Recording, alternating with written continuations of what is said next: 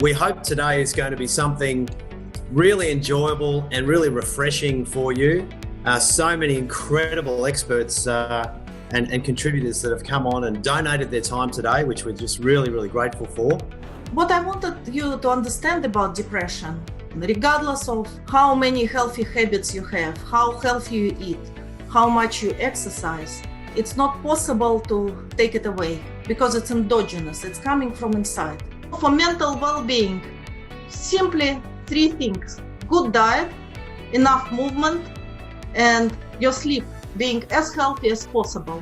When I buy a new business, what I always do is make sure that I get a lot of easy wins really quickly. So if I can grow the profit by 30%, if something bad happens, like I lose some customers or what have you, or COVID kicks in and we drop by 30%, I'm still back to even. Now more than ever, innovate or die. There can be no innovation if you operate out of the fear of the new. Don't be in the business of playing it safe, be in the business of creating possibilities for greatness. If you're in the business of making something, be in the business of making something great, and it should be about the future, not the past.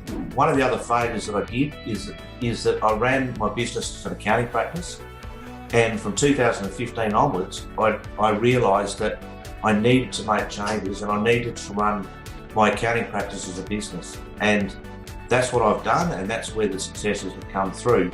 Build trust and demonstrate value. Pay attention to the details. Understanding risk, and in particular, this is not generic risk, but specific risks to different clients' types of businesses, is key in being able to navigate any financial uncertainty.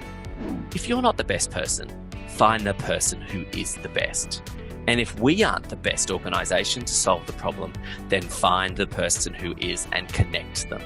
I love this quote that the only place that success comes before work is in the dictionary. Over the last 18 months, we've not only had a merger, but we've also had COVID.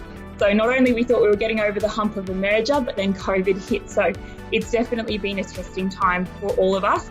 As an accountant, we're very risk adverse and we give advice around risk, but until we experience risk, it's a very hard concept to advise on. But I must say that, handing over a cheque for $600,000 18 months ago for what essentially was a Excel spreadsheet, you start to realise what risk actually is.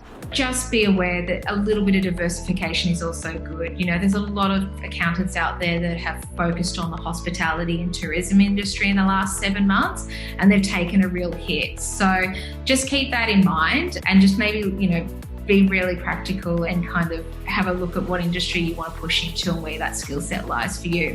What's setting apart the firms that are winning at the moment, and something that I've observed across our client base, is the firms that are really client-centric and not just focused on delivering the work, but providing a better client experience. So I think any tools that are going to enable that client relationship piece, in my opinion, will be the ones that are adding the most value. I ran a quick sort of hot take. How do you know if your clients are unhappy?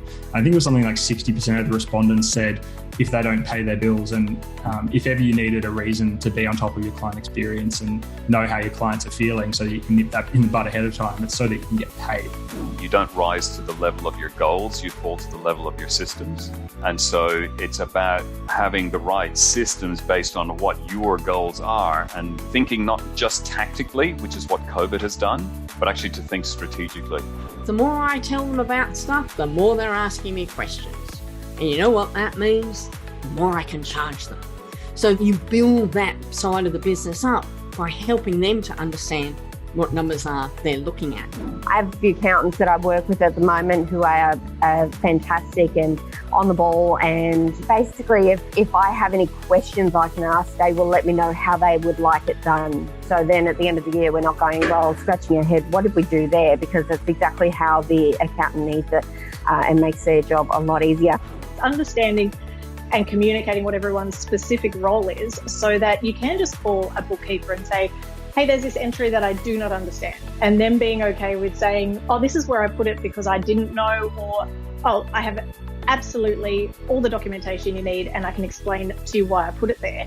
And either one is fine because we all understand that we're just working through and trying to get the end result for the client. Their team member moved to the UK. So instead of losing that team member, they said, why don't you just work for us, but in the UK? You're going to be working almost the opposite hours to us. So now suddenly we've got a 24-hour operation.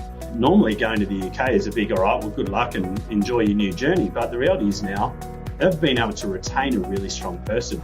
You've got to grow your enterprise value. If you are seeing yourself between 80 cents in the dollar and dollar for dollar on a $600,000 to $1.8 million fee base, 3, 5, 7 years from now, you're not going to have a lot of value.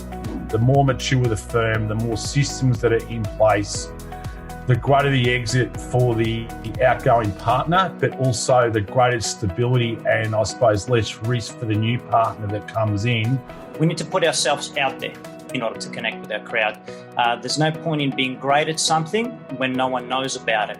If you use social audiences, what's called social audiences, you completely bypass the need of an email list, right? So modern day marketing no longer relies on a CRM, it relies on social audiences. So we improve the decision making by setting up the correct targets, by analyzing how good our books are, and just making sure we have an accurate Mission Impossible target, and every day that we look at our targets properly and give a proper feedback to the team and proper update on how good we are doing.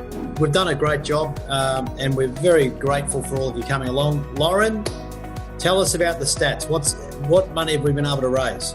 $11,974 plus 75 cents. You've helped us to raise nearly 12 grand for all these incredibly important charities. Isn't that just fantastic? Have a good one, everybody.